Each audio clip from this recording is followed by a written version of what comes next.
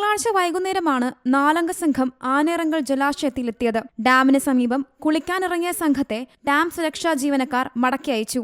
തങ്ങൾ തമിഴ്നാട്ടിലേക്ക് പോവുകയാണെന്ന് മറ്റ് 2 പേരെ ധരിപ്പിച്ച ശേഷം ജെയ്സണും ബിജുവും വീണ്ടും ആനയിറങ്കൽ ഡാമിലെത്തുകയായിരുന്നു. കുളിക്കാൻ ഇറങ്ങുന്നതിനിടെ വെള്ളത്തിൽ വീണ ബിജുവിനെ രക്ഷിക്കാൻ ശ്രമിച്ചാണ് ജെയ്സണും അപകടത്തിൽപ്പെട്ടതെന്നാണ് പ്രാഥമിക നിഗമനം. തിങ്കളാഴ്ച രാത്രി മുതൽ ഇരുവരുടെയും ബന്ധുക്കൾ ഇവർക്ക് വേണ്ടി അന്വേഷണം ആരംഭിച്ചിരുന്നു. ആനയിറങ്കലിന് സമീപം ജെയ്സന്റെ വാഹനം കണ്ട നാട്ടുകാരാണ് ഡാം സുരക്ഷാ ജീവനക്കാരെ വിവരമറിയിച്ചത്. തുടർന്ന് നടത്തിയ അന്വേഷണത്തിൽ ബിജുവിന്റെ വസ്ത്രങ്ങളും ഇരുവരുടെയും മൊബൈൽ ഫോണുകളും കരയിൽ നിന്ന് ലഭിച്ചു. നാട്ടുകാരുടെ സഹായത്തോടെ ഫയർഫോഴ്സ് നടത്തിയ പരിശോധനയിൽ ആദ്യം ജെയ്സന്റെ മൃതദേഹം ലഭിച്ചു. പിന്നാലെ 2 സ്കൂബ ടീമുകൾ കൂടി എത്തിയ ശേഷം നടത്തിയ തെരച്ചിലിലാണ് ബിജുവിന്റെ മൃതദേഹം കണ്ടെത്തിയത്.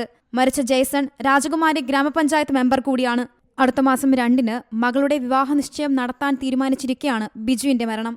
See Malayalam news, Idukki. ഏറ്റവും പുതിയ വാർത്തകളും വിശേഷങ്ങളും വിരൽ തുമ്പിലറിയാൻ സീ മലയാളം ന്യൂസ് എല്ലാ ഡിജിറ്റൽ പ്ലാറ്റ്ഫോമുകളിലും ലഭ്യം.